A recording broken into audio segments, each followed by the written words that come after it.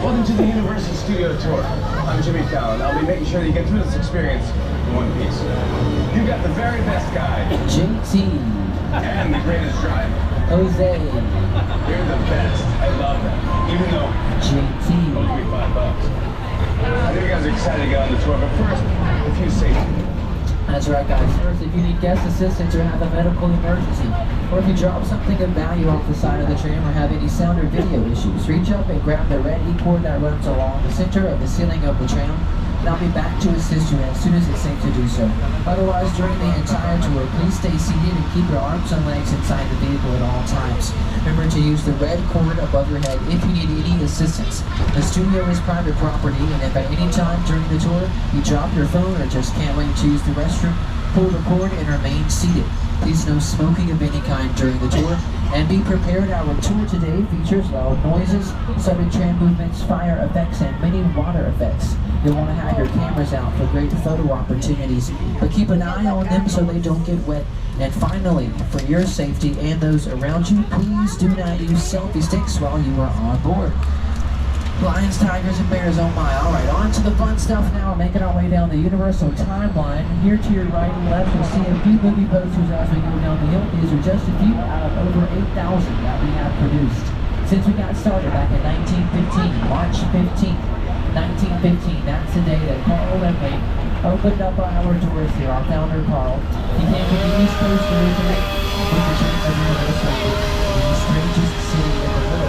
We fully realize that dream in a few ways. One being that we are our very own city. We have our own zip code, our own sheriff's substation, cafes, restaurants, our very own fire station 51.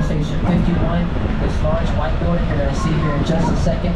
The name is a reference to the TV series Emergency.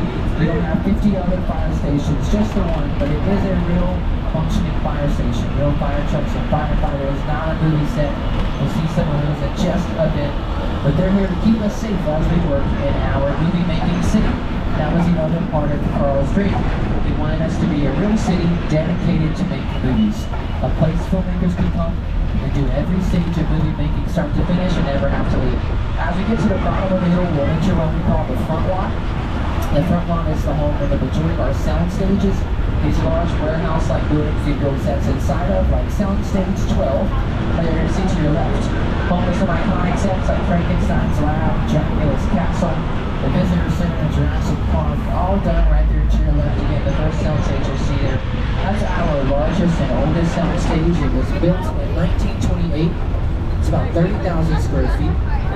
We'll see a few other sound stages down the road on your left. Also, stages 7, 8, 9, 10, and 11. 7 and 8 are currently home to Peacock's Bel Air. But we're going to hear from the cast now to welcome us onto the line. So what it is, you put egg on the cheese. You put cheese on the eggs and on the cheese. It's right. Whoa, I'm gonna see something here. No, it's gonna be a lot. Man, we could probably fit the whole Bel Air cast and crew in there. We gotta get one of these for the mansion. And for sure. But lucky for y'all, the biggest family mansion lives right here on the Universal lot. Right? Some of Bel Air's most pivotal scenes have been filmed right here. Park, what have been your most memorable moments? Come on, there's so many to choose from. You know, I remember doing something real first pictures and that movie's life changes like that. What about you?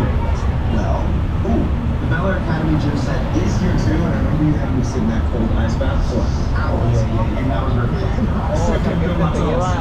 Yeah, but seriously, my favorite part of this lot is the talented crew who put it all together. Hair, wardrobe, makeup, set design, props, and transportation.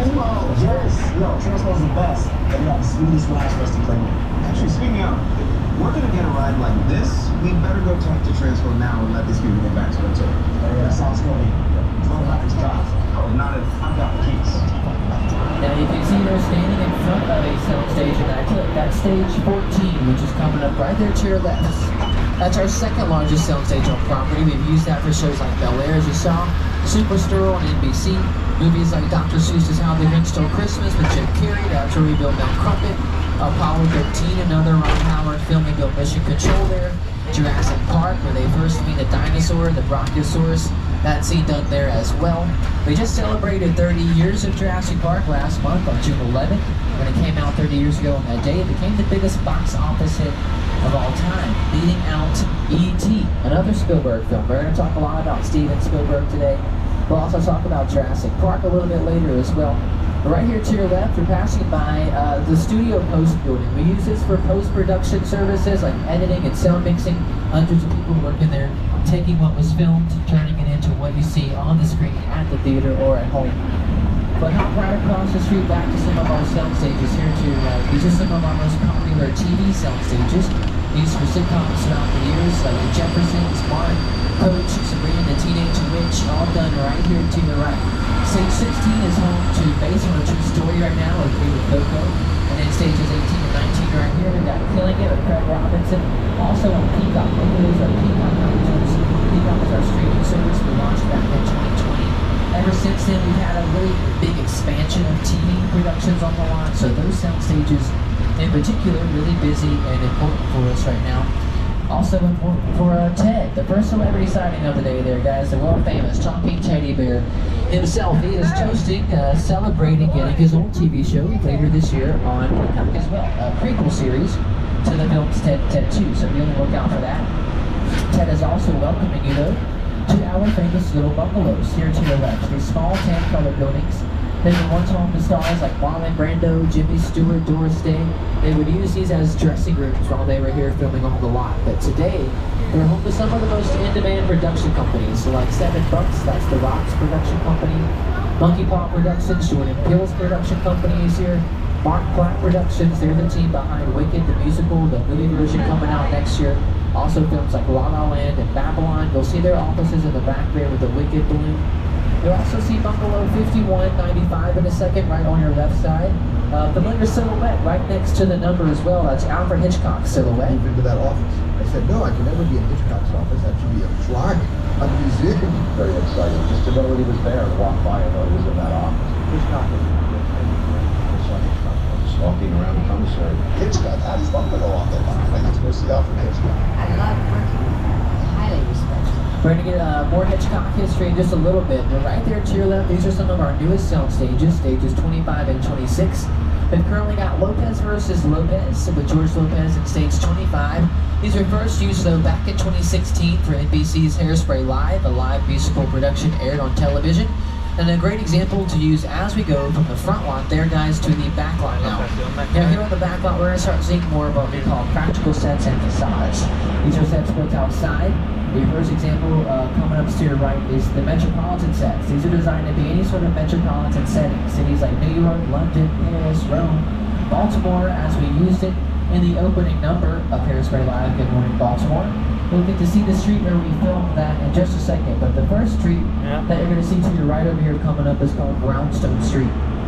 Sort of classic New York style brownstone apartments right over there, featured in films like Coogan's Bluff, Change and Habit, or one of our Best Picture winners, The Sting, there back in 1971. Flash forward a few decades to 2003, one of my favorites, Ace Almighty with Jim Carrey. Changing with Angelina Jolie. She was nominated for an Oscar for that film, for Best Actress. Now right behind me, that street in front of you guys, is the street we used for Good Morning Baltimore, the opening of Hairspray Live. You can see a cool behind the scenes video on YouTube where they're filming that number right there, and as soon as they call cut, the actors hop on the golf carts and they drive up straight back to those sound stages we just passed. When they run inside for the next scene, they had already built sets for it inside the sound stage.